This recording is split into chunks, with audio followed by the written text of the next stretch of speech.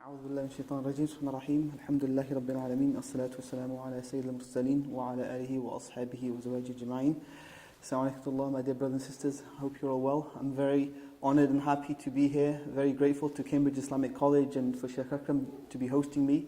I'm very grateful to receive this certificate. However, Sheikh Akram has taught us many times that ijaza is not ilm. Certificate is just a piece of paper. It doesn't mean anything. And I have to kind of remind myself that the journey has just begun, it's not finished, and there's much more to study in every single field. What I've been asked to speak to you about today, and it's more of a reminder to myself and to everybody else and everybody online listening, is the importance of studying Arabic language and some of the obstacles which come in the way of those who wish to kind of study the Arabic language and try to access the Quran from its very root. So Allah subhanahu wa ta'ala, He says, إِنَّا أَنزَلْنَاهُ قُرْآنًا عَرَبِيًّا لَعَلَّكُمْ تَعْقِلُونَ.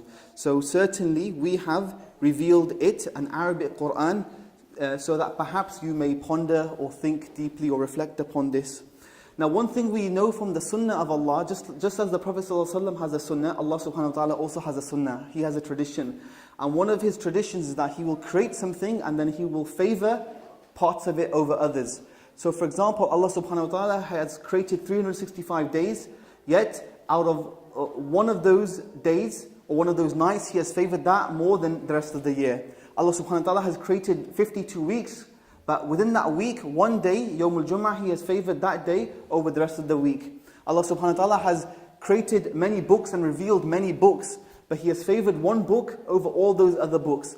Allah subhanahu wa ta'ala has created many human beings, but He has favored a group of those human beings, those prophets and messengers, above all other human beings. And out of those prophets and messengers, the Ulul Azm, He has favored a group of those prophets over the other prophets. So it's a sunnah of Allah to make something, create something, and to favor a group of them or a part of that over everything else. The same comes with language. Allah subhanahu wa ta'ala has created many, many languages and allowed many languages to evolve and to develop. But He has chosen one language to evolve and to develop far, far more and to excel far, far more than any of the other languages. As Ibn Kathir says, he goes, ذَلِكَ لِأَنَّهُ لُغَةُ الْعَرَبِ أَفْصَحَ اللُّغَاتِ وَأَبْيَنُهَا وَأَوْسَعُهَا. That this is the Arabic language, the language of the Arabs, which is the most eloquent of languages, which is the most clear, and it's the most comprehensive. So Allah subhanahu wa ta'ala has chosen this language to convey His message, to convey His Qur'an. And also, what do we mean by Lughatul Arab? When we say the Arabic language, what do we understand by this? So for those of you who have come from Middle Eastern countries, you'll know that what you speak and what you call Arabic may be different to what someone else from a different part of the Middle East speaks Arabic. Some people come from Yemen, from Egypt, from the Levant, from Syria, from Palestine. You'll know that sometimes one person who's an Arab and another person who's an Arab, they can't understand each other. Someone from Morocco and someone from Syria, they will find it very difficult to communicate perhaps, even though this is called the Arabic language. In researching this talk, if I asked you what does the word qala mean, what would you say? Qala means he said, alright? Qala means he said. There's about 7 or 8 different ways to pronounce this depending on where you're from. I'll give you an example. If you're from Iraq, you'll say Ghala with a ghain sound. If you're from Sham or from Egypt, you'll say Ala. If you're from southern Sham, you'll say Kala with a kaf. And if you're from Sudan, you'll say Rala with a ra. Where did that come from? This is the Arabic language, how much it has kind of evolved. And then another type of Arabic you might study is something called Modern Standard Arabic. Now, this is basically, you can say, your entrance into the Arabic language, but it's not to be confused with the Lughatul Arab, which is mentioned in this verse. The Modern Standard Arabic is, you can say, let's say, if the Arabic language contained 1,000 parts, Modern Standard Arabic would be 1% of that. It's a very simplified version, and although many kind of Orientalists would have you believe that it's the same as Classical Arabic, it really, really isn't, as I will go on to explain.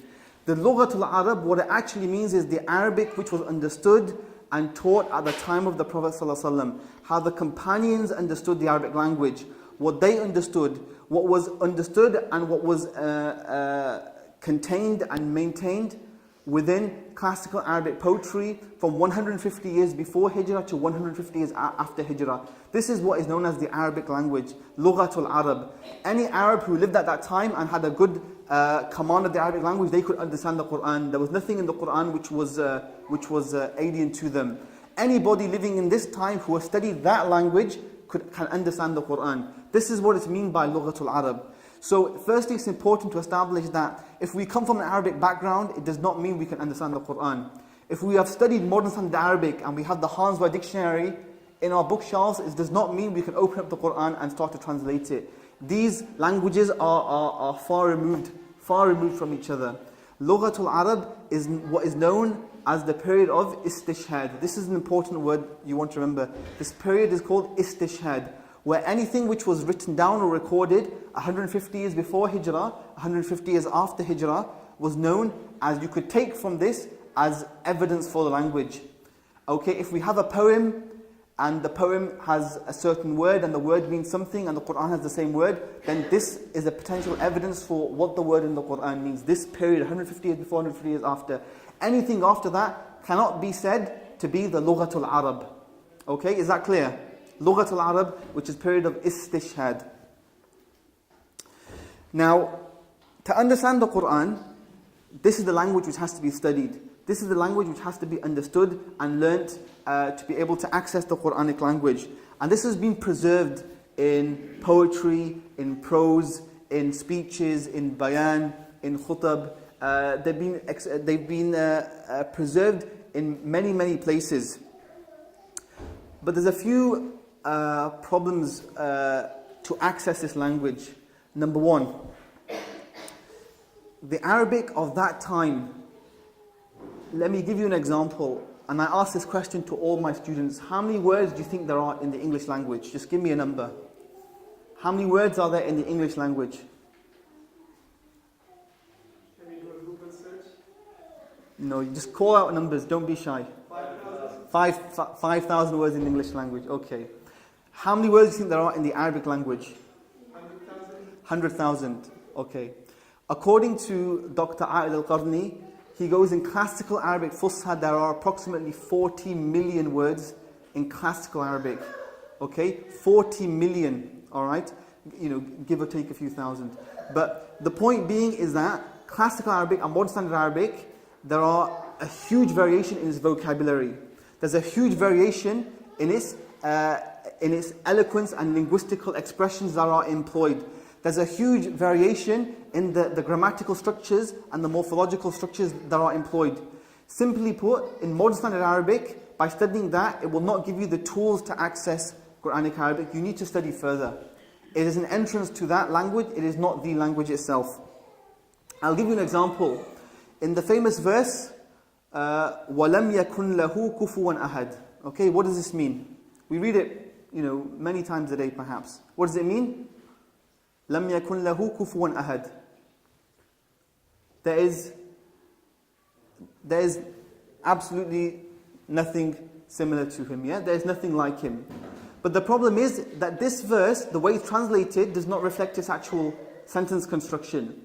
The sentence should be لَمْ يَكُنْ أَحَدٌ كُفُوًا لَهُ. This is the natural way the sentence should be ordered. But the sentence has been translated in a different way. The sentence doesn't reflect the way that it's actually written. It's actually لَمْ يَكُنْ لَهُ كُفُوًا أَحَدٌ. Words have been brought forward, words have been brought back. This will never be conveyed in the translation. Another example. So the word hamd. We say this, Alhamdulillahi Rabbil Alameen. What does the word hamd mean? If you look in the translation, what does the word hamd mean? Praise. Okay, does it mean anything else? Okay, which one does it? Does it mean praise or does it mean thanks? You got to pick one. Otherwise this argument doesn't work. Does it mean praise or does it mean thanks? Praise. Okay. Is praising and thanking the same thing? No. Sometimes you can praise someone without thanking them. Sometimes you can thank someone without praising them. But in any translation, you'll only ever find one or the other. But the problem is the word hamd, it actually means both at the same time. Because when we praise Allah, we're actually thanking Him. And when we thank Allah, we're also praising Him. Because Allah subhanahu wa ta'ala is doing things for us which we can't do for ourselves. So we praise Him for that. And at the same time, if He didn't give it to us, then we would be at loss. Therefore, we thank Him for that. This word hamd, it means both praise and thanks at the same time. Because we have different words for praise in the Arabic language. And we, like for example, thana. And we have different words for thanks, like shukr. We have individual words for both of them. But the word, we don't just praise Allah, nor do we just thank Him. We do both at the same time. So this word contains both meanings at the same time. But translations, again, won't get this across. Now, when we try to study the Arabic language, we come across a number of problems. There are some obstacles in our path which are stopping us from accessing this language. As the poet said, متى يبلغ البنيان يوما كماله إذا كنت تبنيه وغيرك يهدم. The poet said, when will a building ever become complete when there are others surrounding it trying to pull it down? So what are these obstacles that we face? Why can't we just simply why can't we just learn Fusha? Why can't we just learn classical Arabic? Why can't we learn, the vocabulary and the balagha and the eloquence, just to allow us to open the Quran and to access it at the same time? Number one, unfortunately, some of us are convinced that, well, we don't need to study Arabic. We've got English translations, we've got English resources, we've got YouTube videos. I don't really need to study classical Arabic. But this is one of the biggest kind of misconceptions that there is. The English language can only take you so far, because when you translate from the source to the target language, and when one language is strong and the target language is weak, you will always miss out. You will never be able to convey the true depth and the true expressions in one language and the other. It will never ever happen. You will always dilute the meaning of what is being said. And often, the Quran is not a literary book. Although sometimes it's displayed like that. The Quran uses words in many different ways. And sometimes the Quran gives new words and new meanings to something. I'll give you an example. The word salah. The word salah. Everybody knows what salah is, yes? If I took you to a dictionary, what do you think you would find that the word salah means? The word salah, what do you think it means? Prayer. It means prayer, okay? That is the linguistical meaning of the word salah. But when I say to you, go and do salah, you're not going to go and make dua. What are you going to do? You're going to go, make wudu, and do ruku, sujood, and julus on the floor. Why? Because sometimes Allah subhanahu wa ta'ala, He gives the word in the Quran, He gives it a new meaning. He gives it a shari'i meaning. And sometimes a word, Allah subhanahu wa ta'ala uses the cultural meaning at the time. So for example, when I say to you, someone is wearing hijab, what do you understand from that? A scarf. But if you look in the Quran, the word hijab was never used to indicate a scarf. It was used to indicate a what? Okay, so culturally we change the meanings of words. Okay, so sometimes the Quran uses a linguistical meaning, sometimes it uses a shari'i meaning, sometimes it uses a cultural meaning. Again, these are all nuances within the language which simply can't be discovered by going to a dictionary or by English resources. The language itself has to be studied. And on top of that, then you've got the expressions. Expressions are something interesting because if you look at it literally, you will corrupt the whole meaning. If I walked in one day and I said to you, my blood's boiling today, Dr. Latif, my blood's boiling today, what would you do? What would you understand from that expression?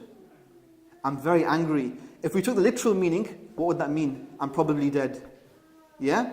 Okay, so with expressions, and we have them in every languages, an expression, we don't take it literally, it has a layer of meaning behind it. I'll give you some examples of Quranic expressions, and if we take them literally, how corrupt the meaning will become. Famous one in the Quran is Surah Yusuf. Okay? إِبْيَضَّتْ عَيْنُهُ.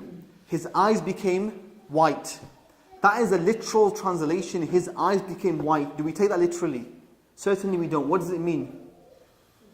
He became blind. This is an expression in the Quran that someone has become blind when their eyes become white. Do we have this expression in English?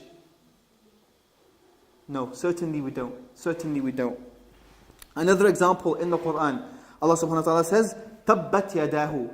تَبَّتْ يَدَاهُ. So tabba means, when something becomes weak or something becomes destroyed. Both of his hands become destroyed or become weak. But did anything happen to Abu Lahab's hands?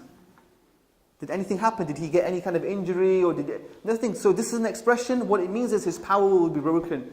He will lose his power. And for those of you who have studied Arabic, which is the whole room, I think, okay, tabba, is this a past or a present tense verb? It's a past tense verb. So does this mean that it's already happened? When was it said? Is this meaning that it's already happened or it's going to happen? It's going to happen. So this is again a Quranic expression where you mention something in the past tense but you indicate the future. Why do you do this? To indicate something is so concrete and resolute and firm, it's going to happen, no matter what. It's going to happen. So again, this is a classical Arabic usage of the past tense verb. That is not always for past tense. It's sometimes to indicate what? Present tense or future. Another examples. تَخَبَّتَهُ الشَّيْطَانِ مِنَ الْمَسِّ. That he was touched by shaitan. He was touched by Satan. If we take it literally, that's what it means. He was touched by Satan. Now if we went to the dictionary and looked at the word تَخَبَّتَ or khabata, what it means is for something to become lowly, for something to become humble. Alright? But again, this is a Quranic expression. What it means is when someone has become crazy. I.e., shaitan has influenced them and they become crazy. Again, this is a Quranic expression which can't be understood unless you've studied classical Arabic, you've understood its expressions, you've understood its linguistical nuances, and you've understood the word takhabbata. You won't find in Hanzwa. I know, I checked before I came. You won't find this word takhabbata in Hanzwa. You will find it in books like Lisan al-Arab, classical Arabic dictionaries. So this is the first problem. Number one, we cannot rely on English resources, nor can we rely on English translation. We have to access Arabic language at its source by trying to study Arabic with the aim to be accessing classical Arabic language. Number two, there is a lack of qualified and expert teachers. So it's very, very difficult for anybody to study the Arabic language when, number one, we don't have the teachers available to convey that information to us. And for teachers to be competent, they need two things. They need taqwa and they need ilm.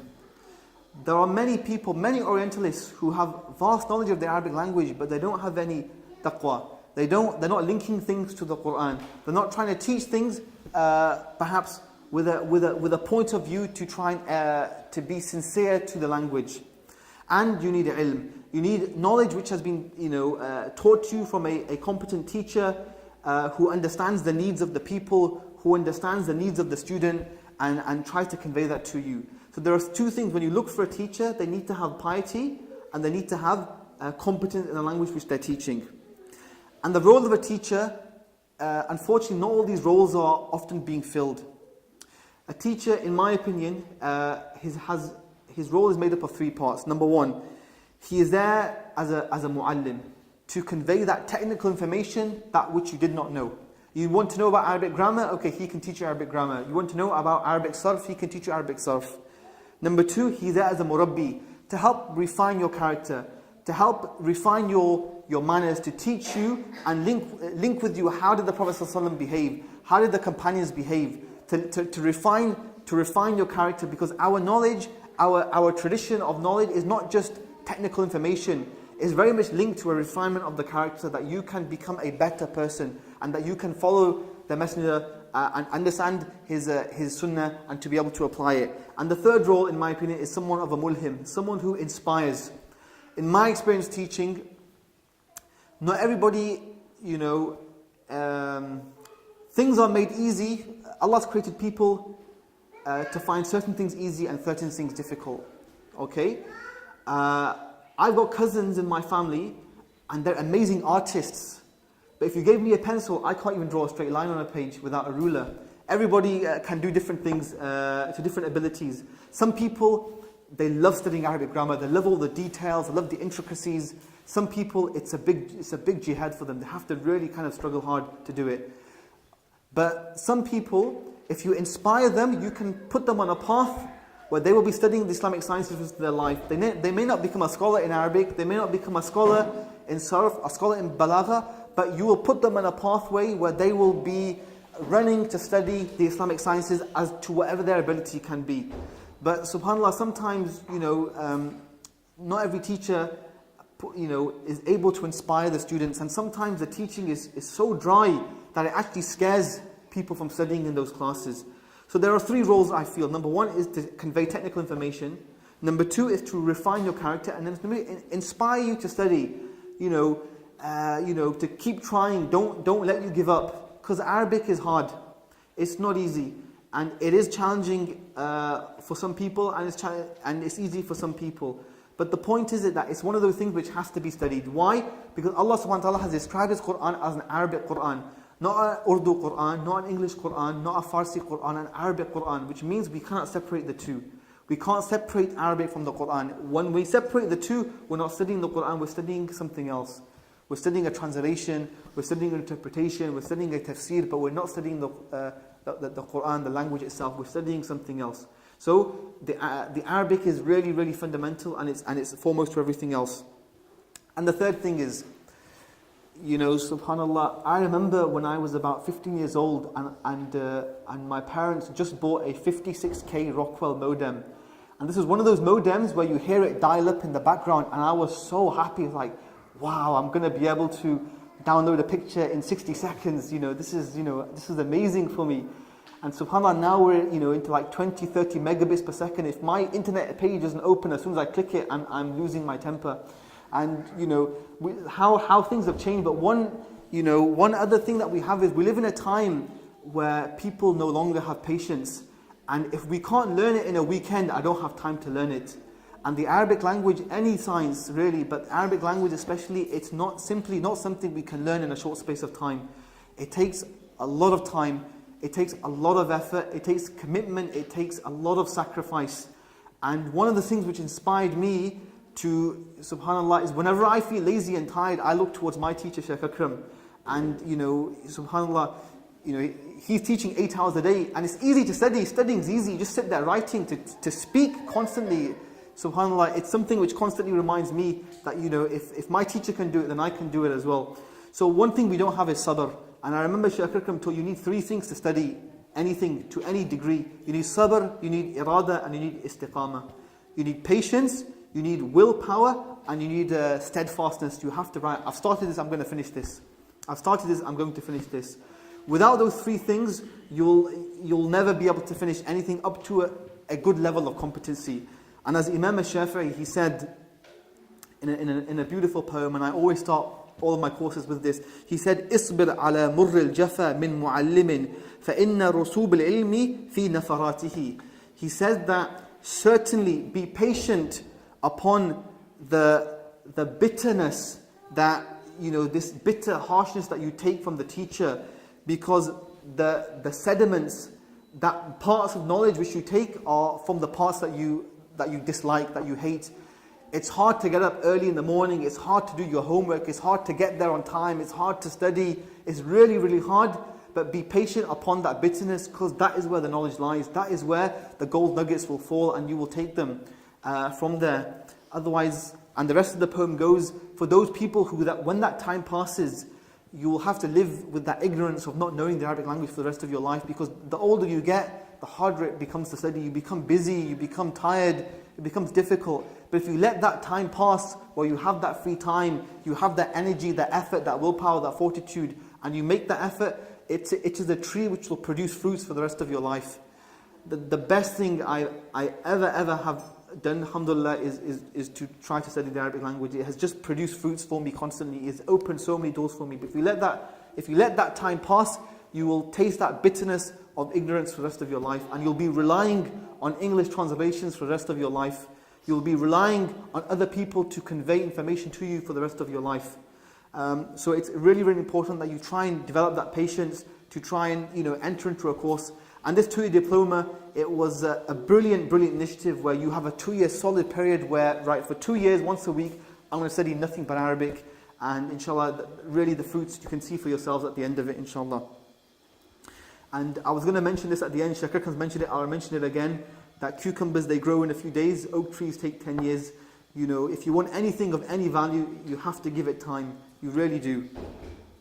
So in conclusion, Allah subhanahu wa ta'ala, He says that He revealed this Quran, نَزَلَ بِهِ الرُّوحُ الْأَمِينَ بِلِسَانٍ عَرَبِيٍّ مُبِينٍ, that He revealed this Quran in a clear Arabic tongue. So according to Ibn Ashur. This B is for mulabasa, which means that the revelation and the clear Arabic language are associated with each other. You can't detach them from each other. If you want to understand the Quran, you have to understand the Arabic language. You can't do one without the other. Number two, for anybody who can understand the Arabic language at that time that it was revealed, this period of istishhad, you will be able to understand the Quran. For anybody who has studied the Arabic language in this time, you can understand the Quran. But one thing needs to be made clear. Allah subhanahu wa ta'ala has promised, and His word is truth, that the Arabic language is mubin, is clear. Nowhere does He say it's simple. Nowhere does He say it's easy. He doesn't say that. The only time Allah subhanahu wa ta'ala mentions it's easy, وَلَقَدْ يَسَّرْنَا الْقُرْآنَ لِلذِّكْرِ, when it's for dhikr, remembrance, and for hifz, memorization. He doesn't say that to understand the Arabic language is going to be easy. It's a complex language. It's a detailed language. It's a deep language. It's as deep as the ocean, if not more. So it will take time and it will take effort. But one other thing which really inspires me, that can someone name for me the top scholar of the Arabic language? If you had to pick one person who's the top scholar of the Arabic language, give me one name. Sibawayh. Okay? Where was he from? Was he Arab? He was from Persia. He was not Arab. Which means if a non-Arab can conquer the Arabic language, then any of us can as well. Any of us can as well. If someone from India, someone from Pakistan, someone from Turkey, someone from England can access and study and become competent in the Arabic language, then anybody else can. It is a human language, therefore humans can access it. It just requires effort, it requires time, it requires patience, it requires a good intention, and it requires, inshallah, competent teachers. So alhamdulillah, at CIC we have competent teachers here. The rest is just down to the individual. So jazakumullah khairan. I hope I've not taken up too much of your time. Again, thank you very much for hosting me and for the certificate, and jazakallah khair for Shaykh Akram for all of his efforts over the past 2 years, having patience with such a lazy student. Jazakallah khair. Assalamu alaikum.